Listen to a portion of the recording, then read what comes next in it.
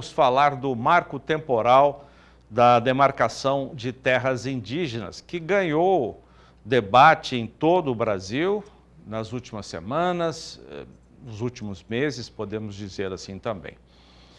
Vamos a um breve resumo desses últimos acontecimentos. Esse marco temporal, que tem como base a promulgação da Constituição de outubro de 1988, você sabe, ele é um marco. Até aquela data, as terras que estavam ocupadas por indígenas permaneciam, né, com os indígenas. De lá para cá, não. Aí, resumindo isso, era essa a história. O Supremo, recentemente, num julgamento que contou com 9 votos a favor e 2 contrários dos ministros, julgou inconstitucional esse marco da Constituição. Paralelamente, um projeto de lei foi debatido, votado e aprovado na Câmara e no Senado, mantendo esse marco temporal, dentre outros itens que estavam no texto. Esse projeto aprovado foi para a sanção do presidente Lula da Silva, que vetou parcialmente, vetou grande parte dos artigos que eram de interesse do setor de produção rural. Esse é o nosso tema da entrevista especial exclusiva que você acompanha agora com o Pedro Puccini Mendes. Ele é advogado, professor em Direito Agrário e Ambiental, doutorando em Planejamento Territorial e Desenvolvimento Socioambiental e é sócio-diretor da PIM Advocacia já há mais de 10 anos. Marco temporal.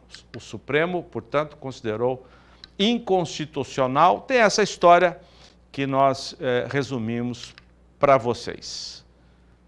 Doutor Pedro, muito obrigado pela sua entrevista. Quais vetos hoje chamam mais atenção do setor de produção, estão em desacordo com os interesses da classe produtora rural? Saudações, Aidan. Há quanto tempo? Gostaria primeiro aqui de aproveitar, como eu já estava acompanhando o programa, parabenizar também pelos 8 anos, já participei de várias entrevistas aí com você e com toda a equipe. Parabéns a todos. Obrigado. Bom, é uma delicada situação, né, que os 3 poderes estão palpitando o mesmo assunto, de uma interpretação aparentemente tranquila da Constituição de 88, traz debates que já se alongam desde os anos 2000, né, para quem se lembra da PEC 15. Né, eu particularmente acompanho esse assunto há mais de 10 anos, quando eu ingressei na Comissão de Assuntos Agrários da OAB em 2013. Bom, só um esclarecimento, quando eu então comentei aqui que esse assunto ele tem uma interpretação aparentemente tranquila, é que o artigo 231 da Constituição Federal, ele tem uma interpretação aparentemente tranquila, porque ele fala que seria o critério para demarcação das terras indígenas chamadas pela legislação de tradicionalmente ocupadas, ou seja, tradicionalidade e ocupação, o que você muito bem explicou aí no início, que por si só já seriam os requisitos, né? Sobre os vetos recentes agora, apesar de serem vetos parciais, foi quase que um veto total às ideias discutidas nessa questão do PL 2903. Ele se transformou numa lei federal na última sexta-feira, a Lei Federal 14.701, que teve como objetivo dar interpretação a esse artigo 231 da Constituição Federal. Isso depois das votações feitas na Câmara por maioria, que era o PL 490 de 2007, e depois das votações também por maioria no projeto de lei do Senado, que é o 2903. Então, esses vetos, eles suprimiram, eles extinguiram quase todas, aliás, quase não, todas as menções às datas de 5 de outubro de 1988, para demarcações de terras indígenas. E por isso, né, todos os vetos estão em desacordo com o interesse da classe produtora rural. Mas eu digo mais, Aidan, não só estamos falando em interesses da classe produtora rural, mas, na verdade, estamos falando do planejamento territorial brasileiro, né, já que o nosso território ele tem que ser pensado, planejado em benefício de todos os brasileiros, sejam rurais, urbanos, índios, não índios, né? Então as políticas públicas têm que dar eficiência para o nosso território, né? Que evidentemente tem um potencial grande para a agropecuária. Muita gente perguntou como é que o Supremo poderia usar uma lei, não era uma cláusula pétrea, mas era uma lei já sacramentada na Constituição. Como é que o Supremo foi usar essa lei e, de repente, decidir mudar aquilo que já estava sacramentado na lei? É normal isso? Como é que as pessoas podem entender essa posição dos ministros? Pois é, Zaidan, é uma questão que, juridicamente, essa novidade ela não se explica, né?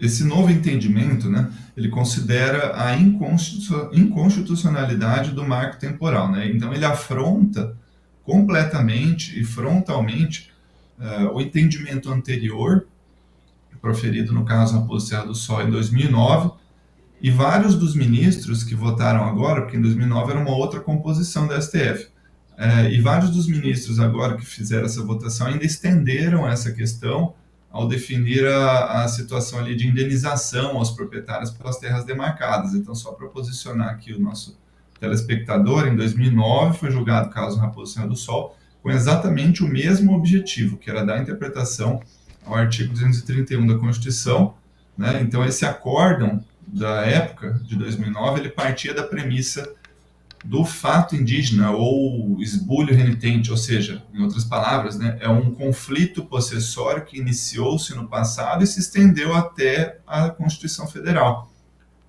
Bom, aí não foram demonstrados, nesse novo caso, quaisquer motivos para superar ou distinguir esse novo caso, que o objetivo era o mesmo, né?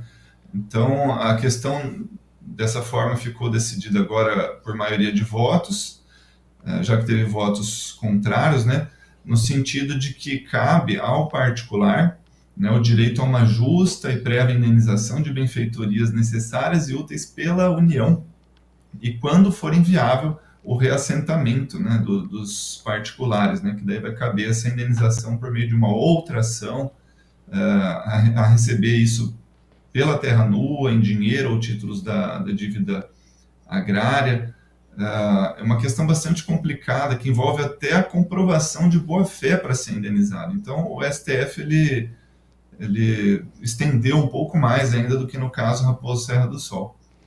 O senhor está citando aí Raposa Serra do Sol, muita gente se recorda, havia um movimento de produção de arroz muito grande, que depois da desocupação dos produtores, por decisão do Supremo, acabou. A produção de arroz acabou, muita gente que tinha terra, que vendia, que trabalhava, que vivia da produção de arroz, teve que procurar rapidamente algum outro modo para sobreviver. Muitos, o termo foi esse mesmo, sobreviveram, talvez até sobrevivam hoje ainda, depois de terem saído, né, de terem desocupado as terras.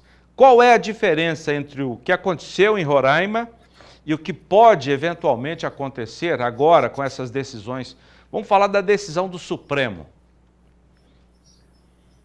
Bom, Zaidan, a diferença entre esses dois casos, né, do Raposo Serra do Sol e o que está acontecendo agora, ela é meramente jurídica, né, já que a discussão, o assunto, a temática é exatamente a mesma, ou seja, a interpretação do artigo 231 da Constituição Federal, que já havia sido feita lá no Raposo Serra do Sol, e frontalmente modificada pelo caso aí de Santa Catarina, regulamentada agora pelo Congresso e vetada pelo Presidente da República. Bom, o caso Raposo Serra do Sol, como eu disse, ele teve uma falha processual, que foi não modular efeitos para todos os demais casos sobre esse tema, né? Isso aconteceu, então, por meio de uma falha aí, que não deu a chamada repercussão geral.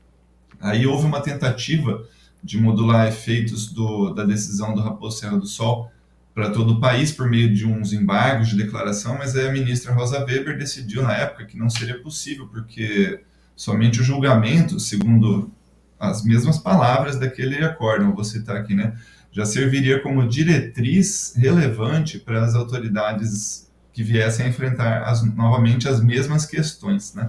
E aí o ministro Luiz Roberto Barroso, na época que também relatou esse caso, ele também julgou no sentido aí de que a decisão do Raposo Serra do Sol ostenta força intelectual e persuasiva da mais alta corte do país.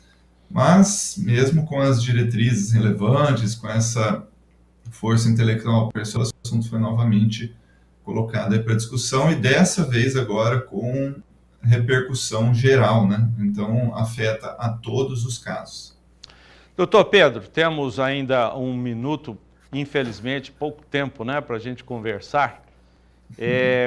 E fica a seguinte pergunta objetiva: quais são as chances de o Congresso, Senado e o Congresso Nacional derrubar esses vetos do presidente Lula? Olha, Zé, eu penso que são as mesmas chances, né, com as quais foram aprovados aí o PL 490 de 2007 na Câmara e o PL 2903 de 2023 do Senado, ou seja, por maioria, né, o que consequentemente pode acarretar a sanção de uma legislação que inclui expressamente o marco temporal na interpretação do artigo 231 da Constituição Federal, que pode gerar também uma perda de objeto na ação do STF, já que o acórdão dessa ação ainda não foi publicado, muito menos não houve o trânsito em julgado, ou seja, o esgotamento de todos os recursos cabíveis, e aí nós teremos esse novo cenário com a vigência dessa lei, com o veto do presidente derrubado pelo Congresso.